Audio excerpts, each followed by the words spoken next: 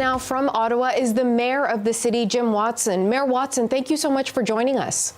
My pleasure, Natasha. Thank you for asking. Mayor Watson, let's begin with this declaration of a state of emergency. What brought you to this point?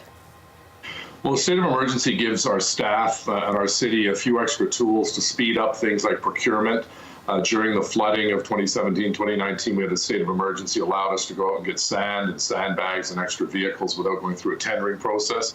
That can take weeks, and we're in the midst of a serious emergency, the most serious emergency our city has ever faced, and we need to cut the red tape to get these supplies available to our police officers and to our public works staff.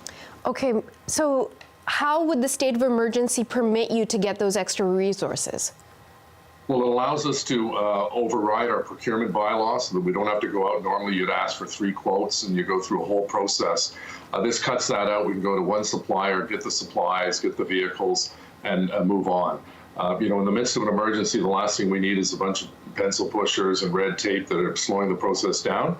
We have to be much more nimble. We have to be much more quick in terms of dealing with some of these crises that we're seeing that are really destroying some of our neighborhoods. Having sirens go off and horns go off at all hours of the day, racist slurs yelled at people trying to bring gasoline into the red zone. We just learned that 3 individuals were charged and the gasoline was taken away from them because the police have said, that's it, there's going to be no more gasoline to put in the rigs. These people have stayed far too long. They're disrupting far too many lives. Someone is going to get injured or seriously killed if they don't understand the severity of the situation. And we have said with our police services, whatever resources you need, however we can fast track those resources, let us know. I've had conversations with both the Premier and the Prime Minister who both assured me any resources we need, we will get them. And we'll be approaching, those 2 orders of government tomorrow at a special council meeting, asking for additional resources, not in the dozens, but in the hundreds, because we need to clear out some of these areas and bring some stability and order back to our city. Mayor Watson, let me ask you, so again, if I'm clear, the extra resources are personnel and security and police to try and move out some of the protesters. Am I understanding that correctly? Yeah, we need more police officers to supplement the great work that our officers are doing. But when you have thousands of protesters versus hundreds of police officers, we're outnumbered. And we need to ensure that the order is brought back to our city, particularly as the first priority in the residential areas where these people have been subjected to this kind of boorish behavior. And just to add salt to the wound, they bring in hot tubs and bouncy castles, showing complete insensitivity to the people who are suffering greatly. Seniors who can't get out to get their groceries, people with young children who can't get to sleep because fireworks are going off in the middle of a residential neighborhood.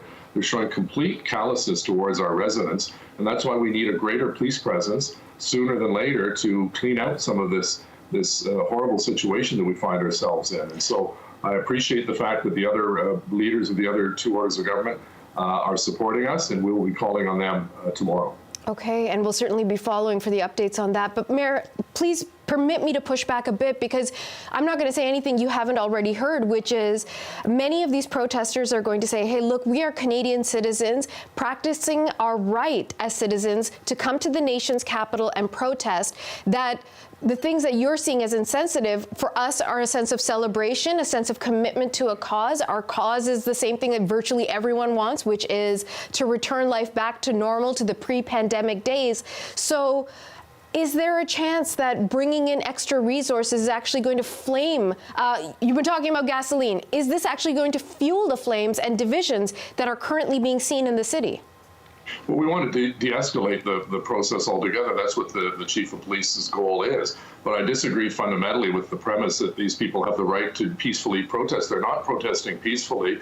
We issued over 400 tickets, including a number of highway traffic acts, people not even eligible to drive.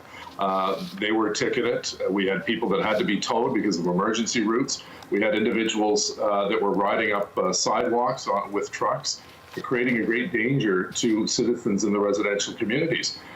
Listen, I wish we could wish away COVID-19, but it's with us, and having a trucker protest against vaccinations and against masks is the height of irresponsibility.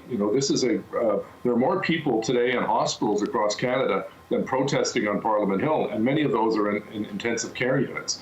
So we have to be responsible, follow the law, but at the same time, those individuals who come here to protest, it's gone well beyond a protest. They're encamping, they're having barbecues, they're bringing roast pigs on a spit. And as I said, bringing in bouncy castles. This is a complete insult to the people of the city of Ottawa. You have your grievances with the federal government.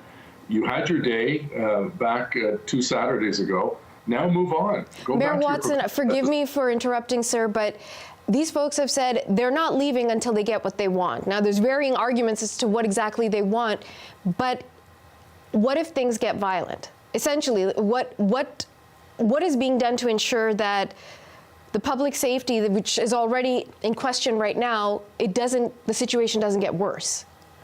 Well, again, we don't want to pour fuel on a fire, but just a good example of the police working to get a problem solved.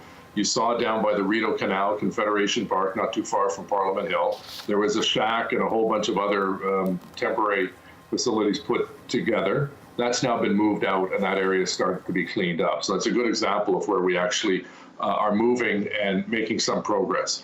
We saw, as I mentioned, 3 people were charged bringing gasoline in. More people will be charged because the police have laid down the law. That's not going to happen anymore, and so those rigs will not have gasoline in them. And we're looking at any other method that we can get to. We had the GoFundMe people shut down their account because obviously it was so sketchy they couldn't justify being associated with the group that wanted that GoFundMe. Where was the money going? Where did the $1 million go? We have a serious emergency where we have to put all options on the table. And that may include some violence. We want to minimize that. But at the end of the day, if the people are not going to leave, they're going to have to be forced to leave. It's plain and simple. This cannot go on for months and months. This is causing such havoc and such grief to the people who live in the residential neighborhoods. You know, most people think of Parliament Hill as government, but right 2 blocks away, there's a residential neighborhood, Centertown. The Byward Market is being affected. The businesses are being affected. They finally could open up, as you know, Natasha, on last Monday. None of these restaurants were able to open their dining rooms because people were coming in with no masks and harassing the employees. It's just completely unacceptable in any civil society. Mayor Watson, I wish you luck. I hope, however this goes, it goes peacefully. Thank you for making time for us, sir, on a very busy night, no doubt. Thank you.